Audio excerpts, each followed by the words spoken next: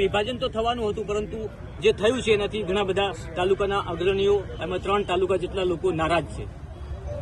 સમગ્ર ગુજરાતમાં બનાસકાંઠા જિલ્લો ભૌગોલિક દ્રષ્ટિએ ગુજરાતનો સૌથી મોટો જિલ્લો હતો. એટલે વારંવાર રજૂઆતો થતી હતી કે જિલ્લાનું વિભાજન કરીને નવો જિલ્લો બનાવવામાં આવે.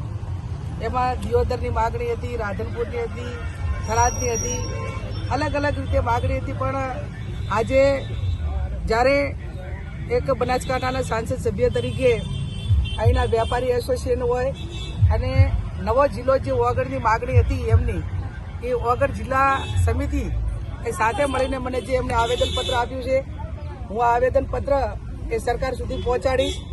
એક વાસ્તવિકતા છે કે જ્યારે સરકારે જાહેરાત કરી એ ટાઈમે પણ મેં સ્ટેટમેન્ટ આપ્યું હતું કે કોઈ પણ જિલ્લાનું વિભાજન હોય, તાલુકાનું વિભાજન હોય તો સ્થાનિક લોકોને, સ્થાનિક પ્રજાના પ્રતિનિધિઓને સાંભળીને ભૌગોલિક દ્રષ્ટિએ અને એમને વિશ્વાસમાં લઈને નિર્ણય લીધો હોત તો અત્યારે આંદોલન કે આજે ધાનેરા નારાજ, કાંકરેજ નારાજ, દિયોદર નારાજ, 8માંથી 4 જેટલા તાલુકાઓ, વિધાનસભાઓ આખી નારાજ હોય ત્યારે સરકારે લોકશાહીની અંદર એમને સાંભળવા પડે.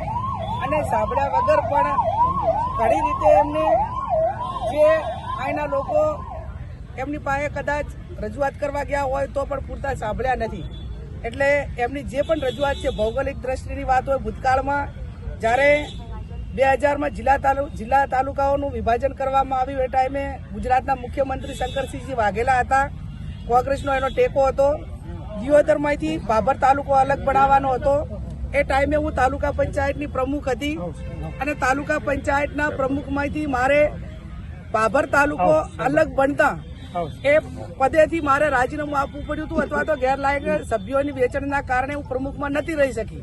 છતાં પણ ભાભર તાલુકો બનતો હતો એ ટાઈમે મેં તાલુકા પંચાયતના પ્રમુખમાંથી રાજીનામું 2000માં આપ્યું હતું. એટલે એક પ્રજાના પ્રતિનિધિએ પ્રજા માટે કરીને લડવું જોઈએ. એક લોકશાહીનો આપણને જે સત્તા સ્થાને બેહાડ્યા હોય પ્રજાએ બેહાડ્યા છે. એમ પ્રજાના ચૂંટાયેલા જે નાનાથી પંચાયતથી કરીને પાર્લામેન્ટ લોકો જે રજૂઆત કરે એ સરકારમાં નિર્ણય લેતી વખતે લોકોને સાંભળવા જોઈએ. આ સાંભળ્યા નથી. આજે માજી ધારાસભ્ય સાહેબ છે, જિલ્લાના પ્રતિનિધિઓ છે, એમને મને આવેદનપત્ર લેવા માટે બોલાવી છે.